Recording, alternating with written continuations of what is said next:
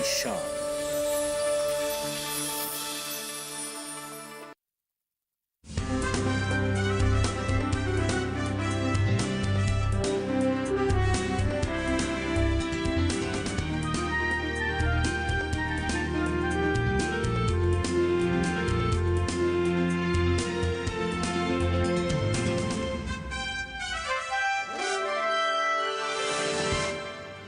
नमस्कार, स्वागत है आप सभी का।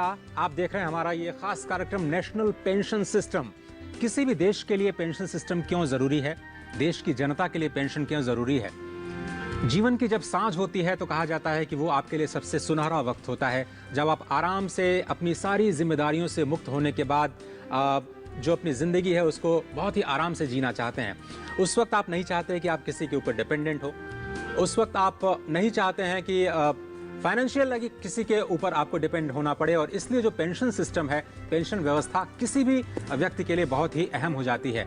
देश में पेंशन प्राप्त करने की क्या कुछ वर्तमान स्थिति है, क्या कुछ विकल्प हैं, उस पर हम चर्चा करेंगे और समझने की कोशिश करेंगे कि नेशनल पेंशन सिस्टम क्यों है इतना अहम देश की अर्थव्यवस्था के लिए और क्यों आपको ऑप्ट करना चाहिए, क्यों आपको चयन करना चाहिए नेशनल पेंशन सिस्टम में इन्वेस्ट करना। इन्वेस्ट आपको कब करना चाहिए और कितना फायदा होगा अगर आप जल्दी नेशनल पेंशन सिस्टम में इन्वेस्ट करना शुरू करते हैं। इन तमाम मुद्दों पर हमारे साथ बातचीत करने के लिए आज बहुत ही खास मेहमान है। PFRDA जो कि रेगुलेटर है पेंशन का, उसके जो चेयरमैन है सुप्रतिम बंदोपाध्याय जी, दिल्ली स्टूडियो में आपको बहुत बहुत धन्यवाद सर वक्त निकालने के लिए। और हमारे साथ मुंबई से जुड़ रही हैं डेलॉइट की पार्टनर और टैक्स एक्सपर्ट हैं बहरोज कामदीन। बहरोज जी, बहुत बहुत धन्यवाद मुंबई से वक्त निकालने के लिए। इस खास प्रोग्राम में हम लगातार आपसे संपर्क करते रहेंगे। चलिए इस कार्यक्रम की शुरुआत करते हैं। और इससे पहले कि मैं स्पेसिफिक्स पे आऊं बंदोपाध्याय जी, ये अभी जो वर्तमान स्थिति है पेंशन सिस्टम की, उसको थोड़ा सा बताएं, देश में किस तरह से चल रही है। उसके बाद मैं नेशनल पेंशन सिस्टम के डिटेल्स पे आता हूँ। अभी जो देश में पेंशन की स्थिति है ये बड़ा स्कैटर्ड काइंड ऑफ है, क्योंकि एक कोई पर्टिकुलर अथॉरिटी नहीं है, पर्टिकुलर रेगुलेटरी बॉडी नहीं है जो पेंशन के बारे में देख रहे हैं। एक तो PFRDA है ही है जो NPS, APY जैसे स्कीम चलाती हैं। उसके साथ साथ IRDA के पास भी सुपर एन्युएशंस फंड है जो भी पेंशन देते हैं। इसके साथ EPFO है, EPFO के साथ EPS जैसे पेंशन स्कीम जुड़ा हुआ है। स्पेसिफिक प्रोविडेंट फंड स्कीम्स है जैसे coal miners provident fund scheme या सीमेंस प्रोविडेंट फंड स्कीम। हर स्कीम के साथ एक एक पेंशन बेनिफिट जुड़ा हुआ है। इवन आपको जान के ताज्जुब होगा, बहुत सारे लोग नहीं भी जानते हैं, सेबी के अंदर म्यूचुअल फंड्स भी कुछ पेंशन स्कीम्स लॉन्च करते हैं और देते हैं। तो लोगों के पास बहुत सारे है मौका, लेकिन लोगों के पास एक जानकारी नहीं है। और ये स्ट्रक्चर, एक ढांचा जो बनना चाहिए, ये अलग अलग रेगुलेटरी बॉडी के अंडर, अलग अलग सिस्टम के अंदर रखा हुआ है।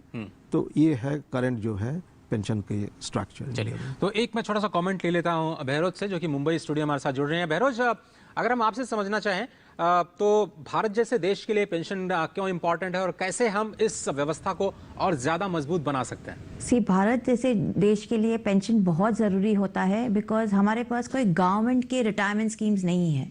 इसीलिए हर एक इंसान को अपने खुद से ही सेविंग्स करना चाहिए, इन्वेस्टमेंट करना चाहिए, क्योंकि जब रिटायर होंगे तो हमें इनकम चाहिए। और अभी आप देखेंगे तो लाइफ एक्सपेक्टेंसी बहुत इंक्रीज हो चुकी है। अगर आप देखेंगे तो अभी इंसान ज़्यादा सालों तक जी सकते हैं, हेल्थ इज इम्प्रूविंग। सो इसके लिए इट्स वेरी इसेंशियल कि हम सेविंग करें रिटायरमेंट के लिए। ठीक है, रिटायरमेंट के लिए सेविंग काफ़ी इंपॉर्टेंट है। ओके सुप्रतिम जी, अगर हम आपसे समझना चाहें, 2004 के बाद में हम लोगों ने नेशनल पेंशन सिस्टम की शुरुआत की, तो क्या फ़र्क पड़ा 2004 से पहले और 2004 के बाद? ये पेंशन की पूरी जो दुनिया है वो किस तरह से बदली है, अगर आप थोड़ा सा समझा पाएँ। 2004 के पहले जो सिस्टम था हमारे यहाँ पेंशन के, स्पेशली अगर हम गवर्नमेंट पेंशन के बारे में बात करें, गवर्नमेंट एम्प्लॉयज़ के पेंशन के लिए बात करें, 2004 के पहले जो सिस्टम था उसको हम लोग कह सकते हैं टेक्निकल टर्म्स में defined benefit pension scheme, DB scheme कहते हैं। इसमें कोई एम्प्लॉय को कुछ कंट्रीब्यूशन का ज़रूरत नहीं होता था। जब वो रिटायर करते थे तो उनके लास्ट ड्रॉन सैलरी के एक सर्टेन परसेंटेज 50% जो है उनको पेंशन दिया जाता था और इसके अगेंस्ट में उनका कोई कंट्रीब्यूशन नहीं होता था। ये सिस्टम चलता रहा, लेकिन जब वाजपेयी जी के गवर्नमेंट आए थे 98-99 में, तब ये उन लोग सोचें काफ़ी गहराई से कि इस तरह का पेंशन स्कीम कितना दिन चल सकता है, क्योंकि वर्ल्ड ओवर सारे जगह में डीबी पेंशन स्कीम से जो दूसरा पेंशन स्कीम डीसी जिसको हम लोग कहते हैं डिफाइंड कंट्रीब्यूशन स्कीम, उसमें सारे लोग अपने आप शिफ्ट हो रहे थे। तो दो कमेटियां बनाई गई थी, एक था भट्टाचार्य कमेटी, एक था ओएसिस कमेटी। इनका रिपोर्ट आया और इन्होंने साफ साफ बताया कि अगर ये पुराना पेंशन स्कीम चलता रहे तो ये फाइनेंशियली वायबल ज़्यादा दिन तक नहीं रहेगा और गवर्नमेंट के एक्सचेकर के ऊपर काफ़ी इसका बोझ दबाव आ जाएगा, बढ़ेगा।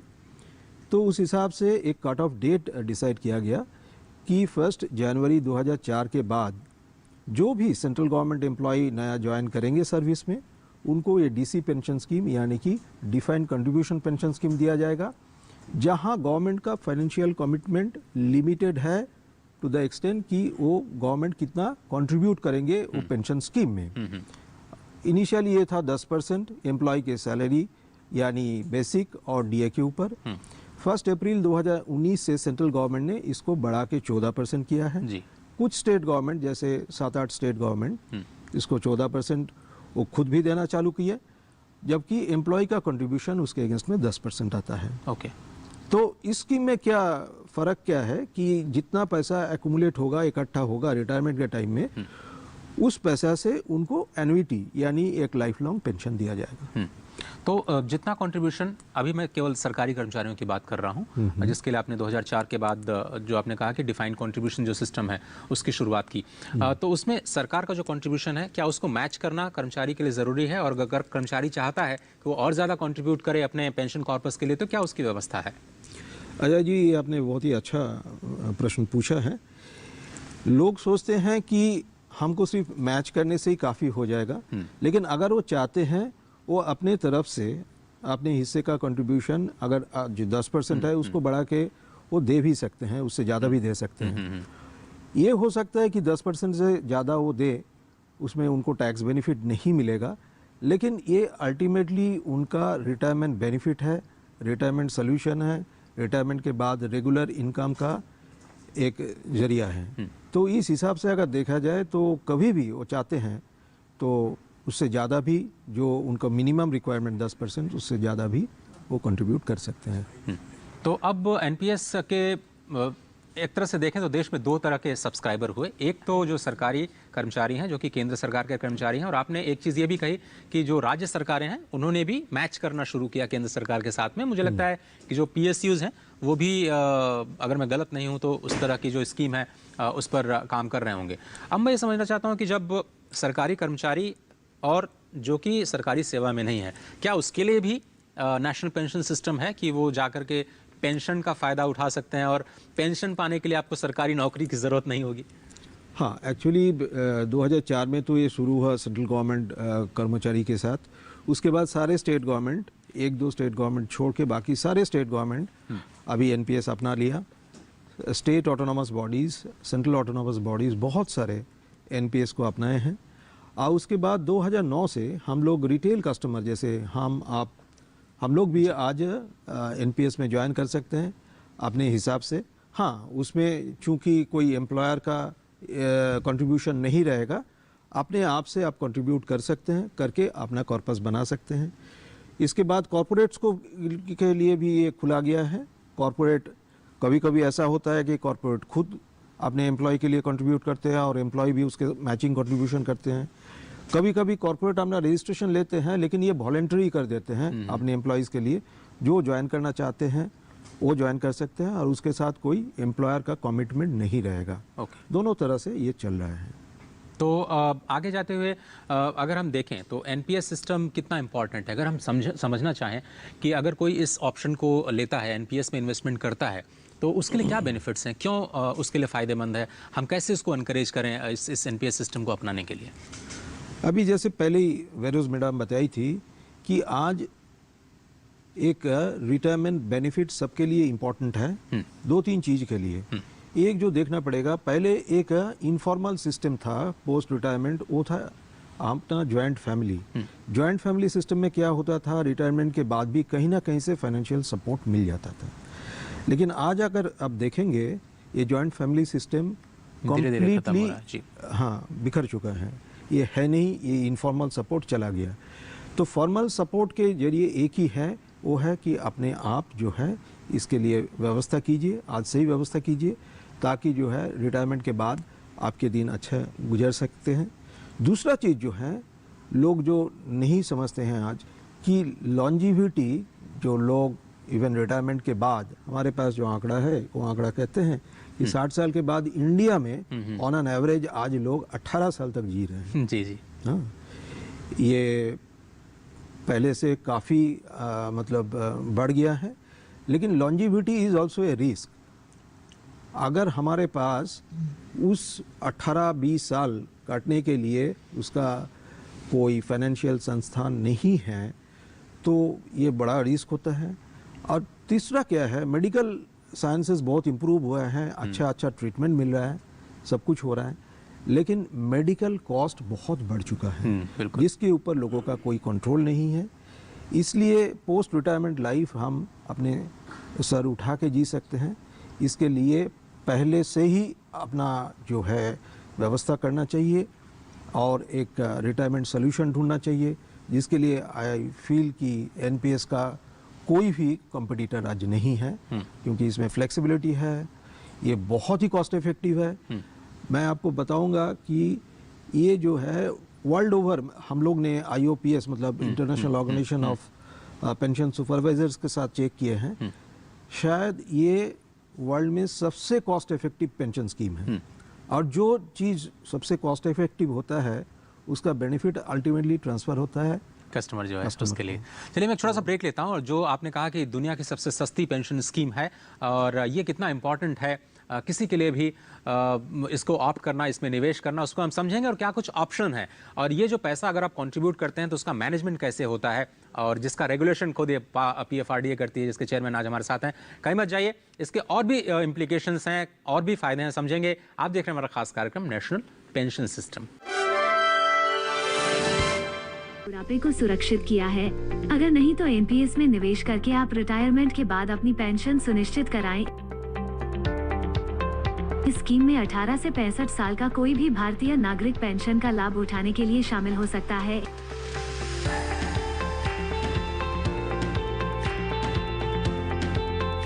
एनपीएस में निवेश करके आयकर अधिनियम की धारा 80 CCD 1B के अंतर्गत 50,000 रुपए का विशिष्ट कर छूट प्राप्त किया जा सकता है, जो कि धारा 80C के अंतर्गत मिलने वाले 1.5 लाख के कर छूट के अतिरिक्त है।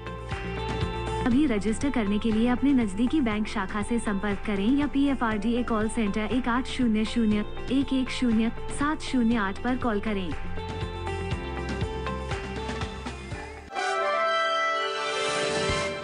स्वागत है आप सभी का। आप देख रहे हैं हमारा खास कार्यक्रम नेशनल पेंशन सिस्टम, और हम बात कर रहे हैं कि पेंशन आपके लिए क्यों ज़रूरी है और उसकी शुरुआत आप कैसे कर सकते हैं। और आपके लिए किसी नौकरी में होना ज़रूरी नहीं है। अगर आप प्रोफेशनल हैं, आपकी अपनी दुकान है, आप खेती बाड़ी करते हैं, कुछ भी करते हो, अगर आप अपने रोज की जमा पूंजी से थोड़ा थोड़ा पैसा अलग रखना चाहते हैं और अलग रखना शुरू करते हैं नेशनल पेंशन सिस्टम में, तो जब 60 के बाद, जैसा कि हमारे गेस्ट ने बताया कि आपको 18, 20, 25, 30 सालों तक अगर जीना पड़े, तो उसके लिए आपको किसी के लिए फाइनेंशियली किसी के ऊपर डिपेंडेंट ना होना पड़े। चेयरमैन साहब, अब हम समझना चाहते हैं कि ये जो पैसा कंट्रीब्यूट करते हैं, लोग कितना कंट्रीब्यूट कर सकते हैं और कहाँ पे कंट्रीब्यूट करें, ये नहीं समझ में आता है, क्योंकि लोगों के पास केवल एक बैंक अकाउंट होता है। तो ये क्या अलग तरह का अकाउंट है जैसे आप कह रहे हैं? हाँ, ये एक अलग तरह का अकाउंट है। अगर आप एनपीएस का अकाउंट खोलेंगे तो हम एक तो परमानेंट रिटायरमेंट अकाउंट नंबर, जिसको हम लोग प्रैन कहते हैं, जी। एक यूनिक प्रैन होता है। सारे कस्टमर के लिए एक एक यूनिक प्रैन नंबर देंगे और ये प्रैन नंबर के अगेंस्ट में आप कंट्रीब्यूट कर सकते हैं। बात रही कि कितना कंट्रीब्यूट आप कर सकते हैं, इसमें कंट्रीब्यूशन का कोई लिमिटेशन नहीं है। आप कुछ भी अमाउंट जो ऑफ कोर्स आपको आपका इनकम जस्टिफाई करते हैं उस हिसाब से आप कुछ भी अमाउंट उसमें ट्रांसफ़र कर सकते हैं। और जितना ज़्यादा करें उतना अच्छा है। जितना ज़्यादा करें उतना अच्छा है, लेकिन इधर दुख की बात यही है, लोग इसको समझते हैं कि ये टैक्स सेविंग्स का एक उपाय है। तो ज़्यादातर लोग हम देखते हैं कि कभी कभी बचाने के लिए टैक्स बचाने के लिए सिर्फ 50,000 रुपया इन्वेस्ट करके और उसके बाद वो सोचते हैं कि टैक्स बचा लिया, मेरा काम हो गया। लेकिन अगर आपको रियली आपके रिटायरमेंट के लिए सोचना है तो हमारा ये सलाह रहेगा, आप जितना हो सके आप दीजिए, क्योंकि ये फ्लेक्सिबल स्कीम है। एक बार आपने 1 लाख रुपया दे दिया मतलब ये नहीं कि हर साल आपको 1 लाख रुपया देना पड़ेगा। जितना चाहें आप उतना और कम से कम 1000 रुपया देने से ये अकाउंट चलता रहता है साल में। तो ये फ्लेक्सिबिलिटीज सारे कुछ इस स्कीम में है।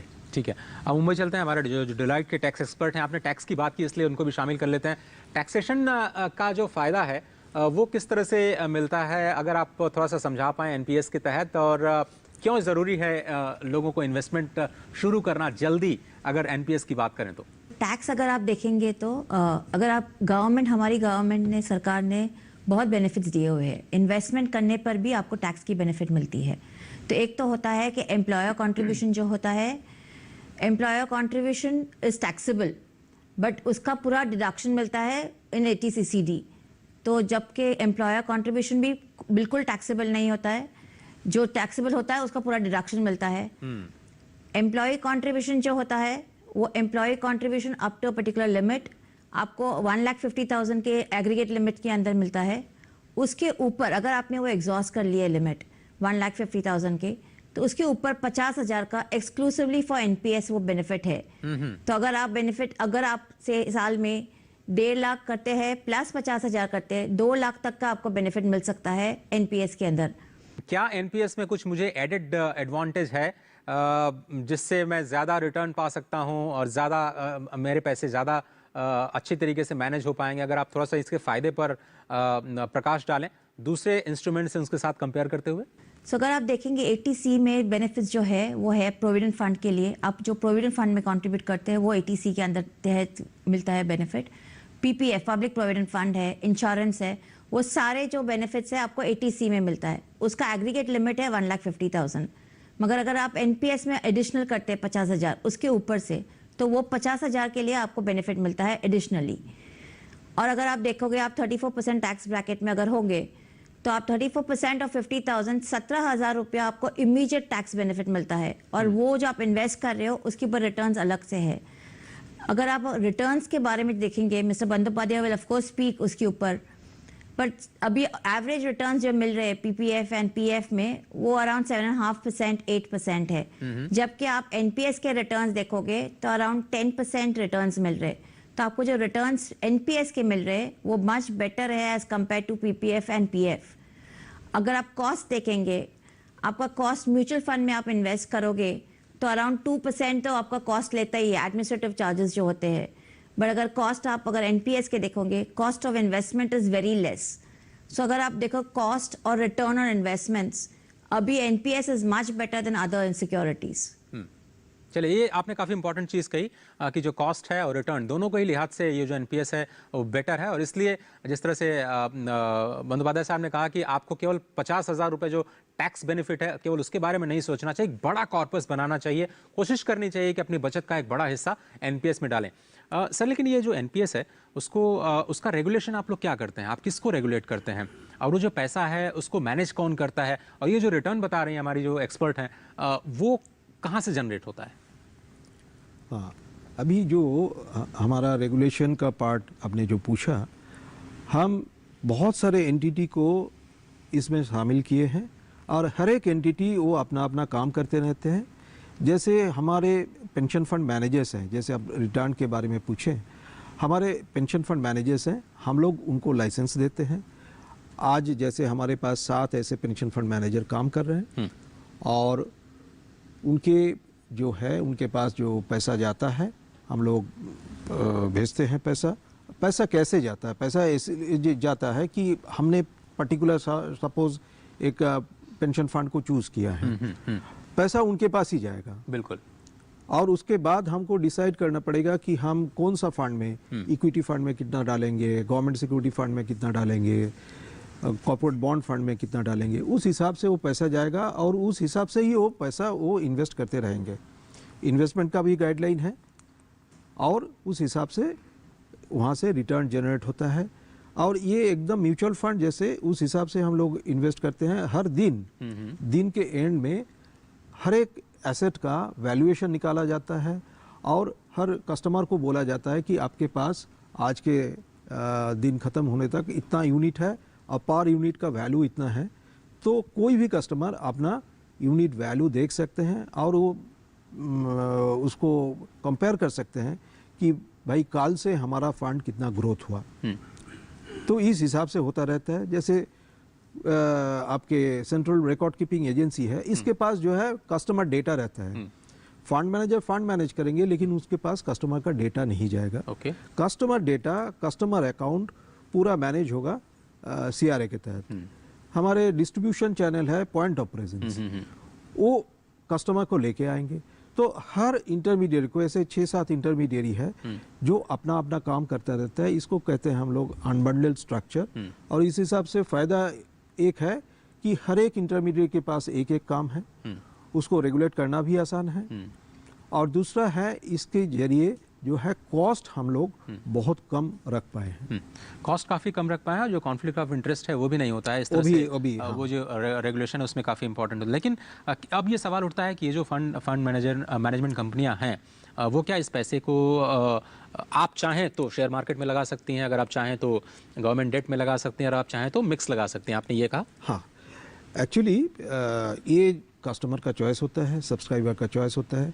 अगर सब्सक्राइबर चाहेंगे, अगर वो एज कम है, वो ज़्यादा रिस्क ले सकते हैं। कुछ कस्टमर चाहते हैं कि हम ज़्यादा इक्विटी में इन्वेस्ट करें, तो हम लोग इक्विटी में इन्वेस्टमेंट का चॉइस 75% तक रखे हैं कि ज़्यादा से ज़्यादा आप 75% इक्विटी में इन्वेस्ट कर सकते हैं। ये मैं रिटेल कस्टमर का बात कर रहा हूँ। ये लेकिन गवर्नमेंट कस्टमर्स के लिए एप्लीकेबल नहीं है। गवर्नमेंट पहले से ही एक इन्वेस्टमेंट का जो है पैटर्न हम लोग को बता दिया था, जिसमें ज़्यादा से ज़्यादा 15% तक इक्विटी में दिया जा सकता है। बाकी जो है गवर्नमेंट सिक्योरिटी या कॉर्पोरेट डेट में रहेगा। अप्रैल 19 के बाद सेंट्रल गवर्नमेंट ने ये पैटर्न को थोड़ा रिलैक्स किया और सेंट्रल गवर्नमेंट एम्प्लॉयज़ को भी अगर वो चाहें तो 50% तक इक्विटी में इन्वेस्ट करने का इजाज़त दिया है। लेकिन हमारा आंकड़ा जो कहता है बहुत कम लोग इसको इस्तेमाल कर रहे हैं, सेंट्रल गवर्नमेंट एम्प्लॉयज़ या स्टेट गवर्नमेंट एम्प्लॉयज़ में। ज़्यादातर लोग वो जो 15% इक्विटी वहीं तक उनका इक्विटी एक्सपोजर सीमित रखा है।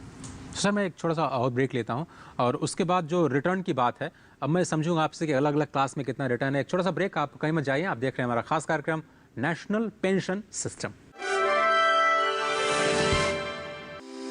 क्या आपने अपने बुढ़ापे को सुरक्षित किया है? अगर नहीं तो एनपीएस में निवेश करके आप रिटायरमेंट के बाद अपनी पेंशन सुनिश्चित कराएं। इस स्कीम में 18 से 65 साल का कोई भी भारतीय नागरिक पेंशन का लाभ उठाने के लिए शामिल हो सकता है।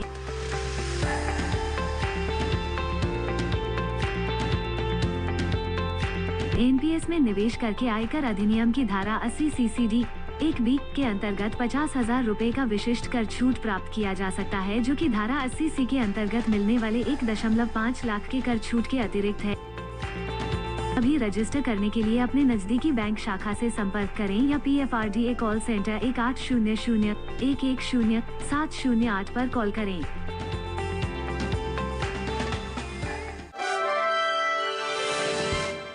स्वागत है आप सभी का। आप देख रहे हैं हमारा खास कार्यक्रम नेशनल पेंशन सिस्टम। हम बात कर रहे हैं कि एनपीएस में इन्वेस्टमेंट करना क्यों जरूरी है। मुंबई से मिस बहरोज, जो कि डेलॉयट के टैक्स एक्सपर्ट और पार्टनर हैं, वो हमारे साथ जुड़ी हुई हैं। मिस बहरोज, अगर हम आपसे समझना चाहें कि जब हम पैसा मान लीजिए लगा देते हैं, हमारा एक कॉर्पस बन जाता है, तो 60 साल के बाद हमें क्या करना होगा पेंशन पाने के लिए? अगर मान लीजिए किसी ने 1 करोड़ रुपए जमा किया है और उससे पेंशन कैसे पा सकते हैं, कितना पेंशन मिलेगा? थोड़ा सा अगर आप फिगर्स हमें बता पाएं प्लीज।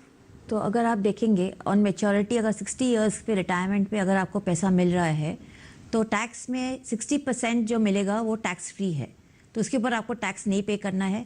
40% कंपल्सरीली आपको एक एन्युटी पॉलिसी लेना पड़ेगा, और जो एन्युटी पॉलिसी आप ले रहे हैं 40%, उसमें से जो भी एन्युटी आपको मिलेंगे वो annuity will be fully taxable. 60% जो आपको मिल रहा है आप कहीं भी इन्वेस्ट कर सकते हैं, तभी फिक्स डिपॉजिट ले सकते हैं या इंश्योरेंस पॉलिसी ले सकते हैं या म्यूचुअल फंड्स, इक्विटी, किसी भी चीज़ में इन्वेस्टमेंट कर सकते हैं। तो आपको 100% जो पूरा मिल रहा है it's not taxable at all. और अगर डेथ हो जाता है उसके पहले ही, तो that on death also the amount जो भी मिलता है वो बिल्कुल टैक्सेबल नहीं होता है। ओके। तो अगर हम ये जो पेंशन है जो आपको 60 साल के बाद मिलेगी, वो क्या लाइफ लॉन्ग मिलेगी? और जो पहले सिस्टम ये था कि आपके डेथ के बाद आपके फैमिली को भी पेंशन मिलती रहेगी, तो क्या ये व्यवस्था है एनपीएस में? अगर आप देखेंगे एन्युटी पॉलिसीज जो लेनी होती है, 40% जो आपको मिलता है उसमें से आपको एक एन्युटी पॉलिसी लेनी होती है। और 7 तरह के एन्युटी पॉलिसीज है प्रेजेंटली, अलग अलग किस्म के एन्युटी पॉलिसीज है जिसमें डिपेंडिंग के क्या आपको चाहिए। एक होता है रिटर्न ऑन कैपिटल, तो जैसे आप ले रहे हो एन्युटी पॉलिसी, वो आपके डेथ के बाद आपके नॉमिनी को मिलता है, या तो आप उसके ऊपर विदाउट रिटर्न ऑफ कैपिटल होता है जिसके ऊपर एन्युटी आपको लाइफ लॉन्ग मिलती है। सो जैसे एन्युटी पॉलिसीज आप लेंगे वैसे आपको एन्युटी मिलेगी, but till the person dies he can get annuity. चलिए, अब मतलब बात है जी, अब हम थोड़ा सा रिटर्न समझने की कोशिश करते हैं। आपने जो अलग अलग क्लास बताई, क्या उसमें अलग अलग रिटर्न्स मिलते हैं और लोगों को किस ऑप्शन में जाना चाहिए? अगर हम नॉर्मली देखें, कोई यंग है, चाहता है कि हम प्लान करें अपने पेंशन के लिए। जो यंग है उनके लिए तो हमारा जो सजेशन रहेगा कि थोड़ा अगर वो रिस्क लेने के लिए तैयार है, क्योंकि अब यंग होने से ही उनका रिस्क एपेटाइट ज़्यादा होगा ऐसा नहीं है। बिल्कुल, क्योंकि उनके फैमिली सिचुएशन के ऊपर ये डिपेंडेंट है। तो अगर वो रिस्क लेने के लिए तैयार है तो हमारा सजेशन रहेगा कि भाई आप थोड़ा ज़्यादा इक्विटी में डालिए, क्योंकि अभी 12 साल का हमारा इक्विटी रिटर्न का जो ट्रैक रिकॉर्ड है, लेटेस्ट जो हमने 18 फरवरी को निकाला था, उसमें देखा कि 12 साल में जो कंपाउंडेड एनुअल ग्रोथ रेट है इक्विटी फंड में वो 12.6% है। जबकि डेट फंड्स में अगर वो प्योर गवर्नमेंट सिक्योरिटी में लेते हैं तो करीब 9.7% है, जबकि कॉर्पोरेट बॉन्ड फंड में 10% के आसपास है। तो अपने चॉइस के हिसाब से आप ले सकते हैं, लेकिन आपने जैसे पूछा कि अगर उनके उम्र कम हो तो हम उनको बोलेंगे कि भाई आप थोड़ा इक्विटी में ज़्यादा डालिए, क्योंकि ये भी आपके ऑप्शन हैं। अगर आज आपने 50% इक्विटी में डाला और आप देख रहे हो कि इक्विटी फंड आपका अच्छा परफॉर्म नहीं कर रहा है, जबकि डेट फंड आप अच्छा परफॉर्म कर रहे हैं, आप कभी भी अपने ऑप्शन चेंज करके ये एलोकेशन आप चेंज कर सकते हैं। अच्छा, मतलब आप प्रोडक्ट में भी शिफ्ट कर सकते हैं। मुझे लगता है कि आप प्रोडक्ट में भी शिफ्ट कर सकते हैं। आप फंड मैनेजर को भी अगर शिफ्ट कर सकते हैं, अगर मान लीजिए वो अच्छा रिटर्न नहीं दे रहे हैं तो। प्रोडक्ट में अगर आप जिसको हम एसेट एलोकेशन कहते हैं, वो साल में 2 बार आप शिफ्ट कर सकते हैं, और फंड मैनेजर को आप साल में 1 बार शिफ्ट कर सकते हैं, और इसके लिए कोई कॉस्ट नहीं है, कुछ नहीं है, और very seamless and smooth process. आप अपने इवन ऑनलाइन सिस्टम से भी आप जाके इसको चेंज करा सकते हैं। तो ये कैसे, जो आपने ऑनलाइन की बात की, तो ये कैसे अकाउंट खोलना, उसको ट्रैक करना, इन्वेस्टमेंट करना, ये सब क्या हम आसानी से कर सकते हैं? और जो टायर 2 टायर 3 सिटीज़ हैं वहाँ पे लोग क्या आसानी से एनपीएस को कर पाएंगे? हाँ, क्योंकि आज जो है स्मार्टफोन सबके पास है, और स्मार्टफोन के जरिए जो है आप अगर एनपीएस ऐप डाउनलोड कर लेते हैं, ये iOS एंड्रॉयड दोनों में ही अवेलेबल है, आप डाउनलोड कर लीजिए और उसके थ्रू आप देखिएगा, आप ना केवल अकाउंट खोल सकते हैं, उसके साथ आप कंट्रीब्यूट कर सकते हैं, आप आपके ऑप्शंस चेंज कर सकते हैं, बहुत कुछ कर सकते हैं। और रेगुलर जो है आप अपने फंड को ट्रैक कर सकते हैं कि परफॉर्मेंस कैसा रहा। ओके, मिस बहरोज, मेरा आपसे अंतिम सवाल इस कार्यक्रम में, जो दूसरे पेंशन प्रोडक्ट्स हैं बाज़ार में और एनपीएस, उनको आप कैसे कंपेयर करती हैं? और क्या एनपीएस वाकई एक आम आदमी के लिए एक काफ़ी इंपॉर्टेंट एसेट क्लास है जहां इन्वेस्ट कर सकते हैं? अगर आप दूसरे पेंशन प्रोडक्ट्स देखेंगे, और मैं अपना खुद का एक्सपीरियंस बताना चाहती हूँ, जहाँ पे मैं काम कर रही थी, आई वर्क फॉर 8 years, 8 साल तक काम किया, और एम्प्लॉयर कंट्रीब्यूशन कर रहे थे वो पेंशन अकाउंट में। मगर उसके अंदर अगर आप देखोगे उस पेंशन फंड में रिक्वायरमेंट था कि 10 साल तक आपको काम करना चाहिए, उसके बाद ही you will become eligible for getting pension on retirement. So I lost my contribution completely, employer contribution lapse हो गया, मुझे नहीं मिला। अगर आप एनपीएस देखोगे उसके कंपैरिजन में, NPS very clearly says that it is an account for the individual, वो इंडिविजुअल के साथ चलता है। So even when I move employment, जबकि मैं एक ऑफिस से दूसरे ऑफिस में जा रही हूँ, या मैं ऑफिस करती नहीं, मैंने ब्रेक ले लिया, काम नहीं कर रही हूँ या अपना खुद का काम कर रही हूँ, मैं अकाउंट मेरे साथ रहेगा, which is very important to understand कि मेरा जो कंट्रीब्यूशन होता है इट डजंट लैप्स और वो कंटिन्यू होता है, वो बहुत इंपॉर्टेंट होता है एनपीएस के लिए, एंड वो कहीं और दूसरे पेंशन अकाउंट्स में वो नहीं मिलता है। चलिए मिस बेरोज, बहुत धन्यवाद मुंबई से हमारे साथ इस प्रोग्राम में जुड़ने के लिए खास तौर पर। और बंदोपाध्याय जी, चलते चलते पीएफआरडीओ को और ज़्यादा स्मार्ट बनाने के लिए, नए ज़माने के साथ जोड़ने के लिए आपके क्या कुछ प्लान्स हैं? अगर आप बता पाएँ कि अभी आप कितना एसेट मैनेज कर पा रहे हैं? अभी जो है कि हमारा टोटल एसेट अंडर मैनेजमेंट, जिसको AUM कहते हैं हम लोग, 31 जनवरी तक 5,64,000 करोड़ के आसपास था, जो कि मार्च 20 एंड में 4,17,000 करोड़ है। और देखेंगे तो इसमें करीब करीब 35% से भी थोड़ा ज़्यादा ग्रोथ हुआ है इसके दौरान। अब जानते हैं लास्ट ईयर कोरोना के चलते कितना चैलेंजिंग था, लेकिन इसके बावजूद भी लोग आए, कंट्रीब्यूट किए, हमारे फंड मैनेजर्स भी अच्छा फंड मैनेजमेंट किए, तो कि जाके इसको जो है 35% ग्रोथ तक पहुंचा दिए हैं अभी तक। तो और बहुत सारे ऑनलाइन चैनल्स इंक्लूडिंग ENPS हम लोग ने चालू किया है, जिसके ज़रिए लोग अपने घर में बैठ के, आज किसी के पास जाने का ज़रूरत नहीं है, बैंक ब्रांच में जाने का ज़रूरत नहीं है, आप अपने घर में बैठ के आप NPS का अकाउंट खोल सकते हैं और पोस्ट रिटायरमेंट आप पेंशन का सुविधा ले सकते हैं। सर बहुत बहुत धन्यवाद सुप्रतिम बंदोपाध्याय जी इस प्रोग्राम में शामिल होने के लिए। मुझे उम्मीद है कि जो ये पूरा का पूरा NPS सिस्टम है और भी ज़्यादा लोगों तक पहुँचे और दूर दराज के इलाकों में जहाँ पर लोग पेंशन सिस्टम को अभी तक नहीं अपना पाए हैं, इस कार्यक्रम के ज़रिए भी लोग ज़रूर इसके प्रति आकर्षित होंगे, ये मेरा विश्वास है। बहुत बहुत धन्यवाद। तो फिलहाल आज के इस कार्यक्रम में सिर्फ इतना ही। मुझे और मेरी पूरी टीम को दीजिए इजाज़त। नमस्कार।